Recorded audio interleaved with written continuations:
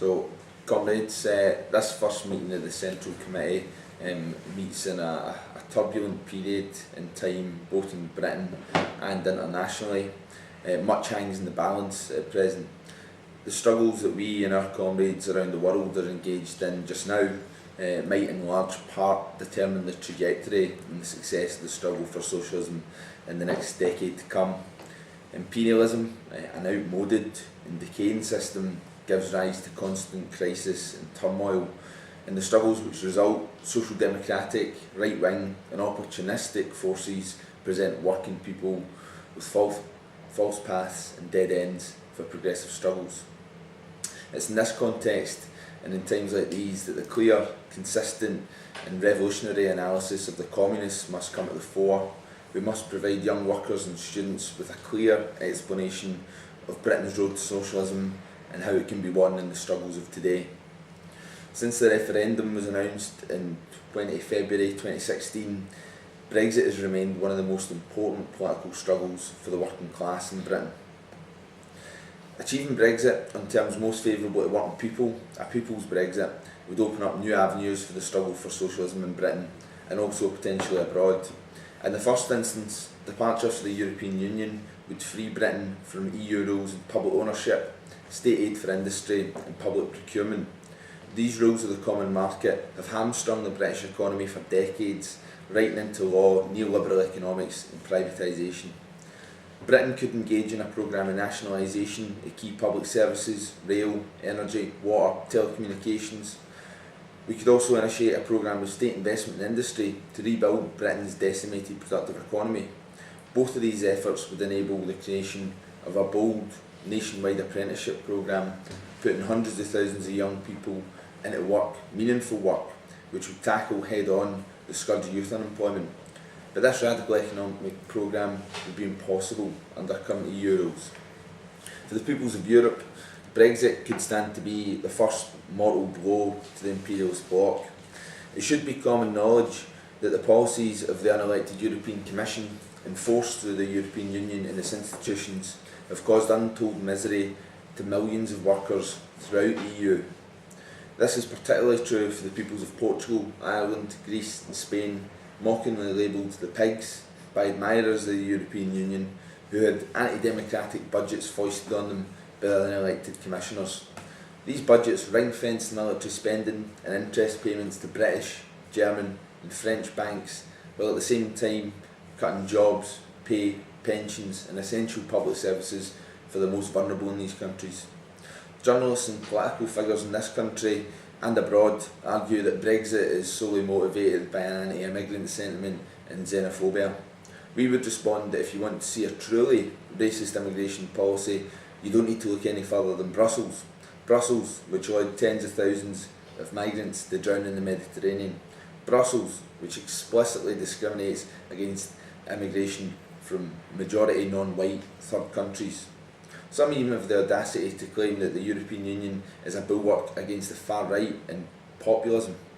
This totally ignores the fact that it's the policies promoted and enforced by the European Union which have led to mass unemployment, poverty and disillusionment, which have breathed new life into the far right and fascist movements across Europe. By way of example, in Britain we've seen support for UKIP totally collapse following a successful Leave vote in the referendum. Only by breaking with the EU can we have an immigration policy which is based on humanitarian ideals rather than freedom of exploitation. These are the same individuals discussing the EU in this fashion who would also extol the European Union as an upholder of peace in the European continent. But again, this totally ignores the history, but also the clearly defined future trajectory of the European integration project. The chief individual imperialist powers of the European Union, Britain, France, Germany, continue to be major aggressors on a world scale. The European Union played a key role in coordinating the interventions in Libya and Syria. Just recently was the 20th anniversary of the NATO bombing of Yugoslavia, a violent and unprovoked act. The EU's ever closer union includes the creation of a European army which would be closely intertwined with NATO.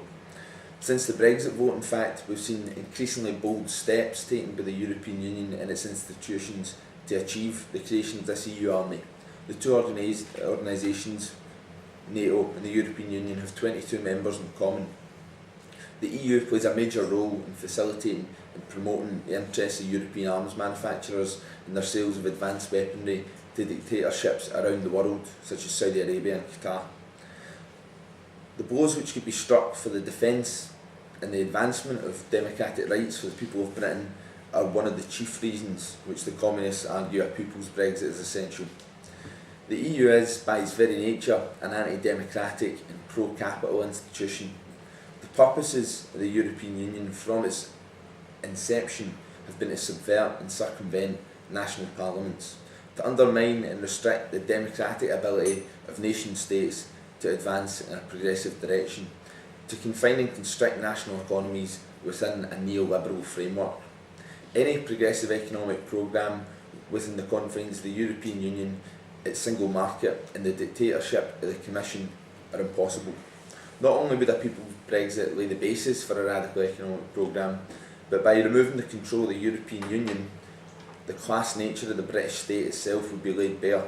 No longer would you have British governments laying blame for anti-worker policies, rightly or wrongly, on obligations imposed by the European Union. The struggle for progressive policies and the class contradiction at the heart of British society would once again be back at the forefront of the popular consciousness. However, we face a crucial juncture in the fight for a people's Brexit. Right-wing and social democratic forces are coalescing in an effort to frustrate the Brexit vote. It shouldn't be forgotten, and the fact should never be conceded, that the Brexit vote was in fact the largest democratic expression in the history of this country. Democrats and socialists can't lose their nerve at this 11th hour. The only way that we can respect the result of the Brexit vote is to secure a people's Brexit in a genuine break with the European Union. False arguments are being made by those pressing for a so-called people's vote as a means of subverting the Brexit result. But this wouldn't simply be another referendum on the same terms as the first. It would be part and parcel of the European Union's historic use and abuse of referenda in order to frustrate democratic decisions which stand in the way of the goals of the imperialist bloc. The dangers of failing to implement the Brexit vote are serious and many. First and foremost, we've already seen the scope for a resurgence of the far right. Nigel Farage's Brexit party is polling high. Unless the left takes the initiative and leads the fight for a people's Brexit, then the right will capitalise on this failure. In the context, the Communist Party of Britain, has advocated a people's boycott of the May European elections if Britain is in fact forced to hold them by the institutions of the European Union. It's worth noting in the first instance that the European Parliament is a parliament in name only. In reality, it's a cloak for the dictatorship of the unelected European Commission and big business. Holding these elections is being presented as an anomaly and a bureaucratic inconvenience and an annoyance, but it belies a much more sinister plot. A strong turnout at the European elections would be presented as an endorsement of remaining within the neoliberal bosses club.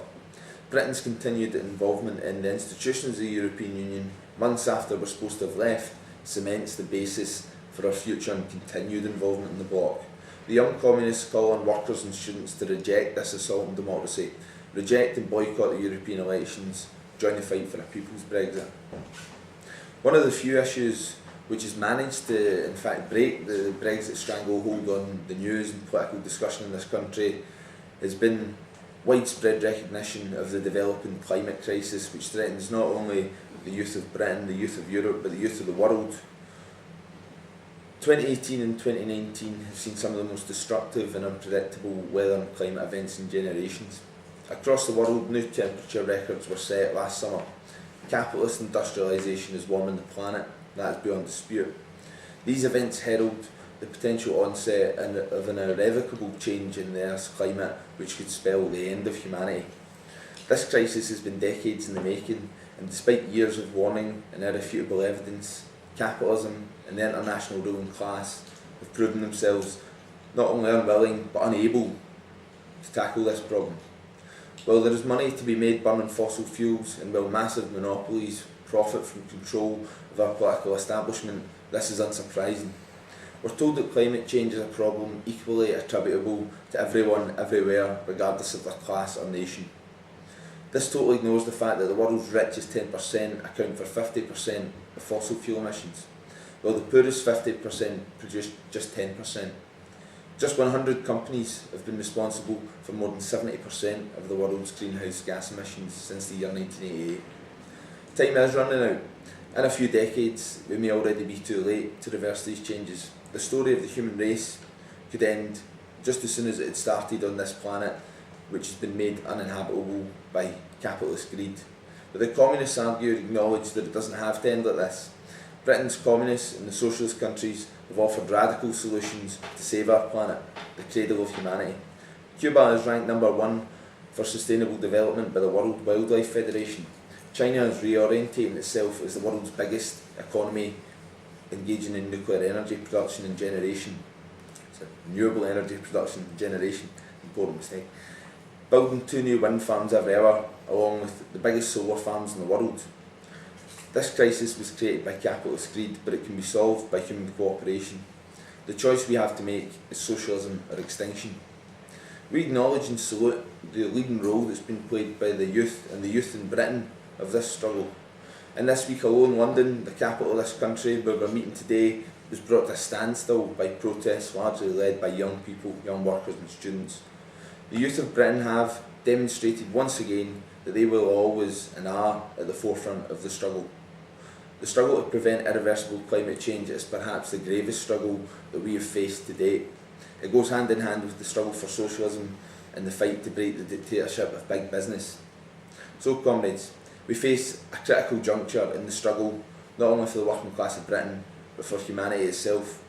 Democracy and the potential for a left advance hangs in the balance. All socialists, trade unionists and Democrats have to rally around the call for a people's Brexit. The fate of the planet and the continued existence of the human race stands to be determined. But in this perilous context, the YCL fully endorses the party's analysis that imperialism's current crisis is truly the labour movement's opportunity in Britain. The conditions are right. We have to seize this chance to rapidly build and grow the organisation and the labour movement itself. The message is clear. Fight for a people's Brexit, secure a left-led government, build the YCL and the Communist Party.